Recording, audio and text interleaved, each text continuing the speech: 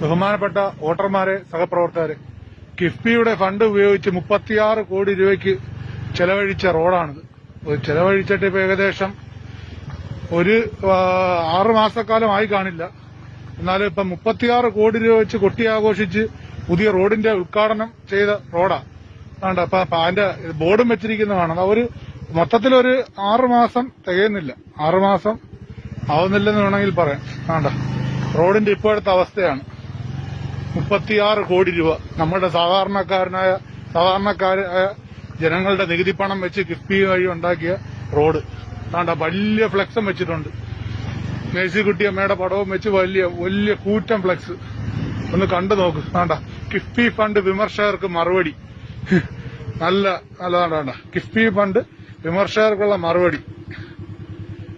36 കോടി രൂപ ചെലവഴിച്ച റോഡ്, PKP കവല റോഡ്.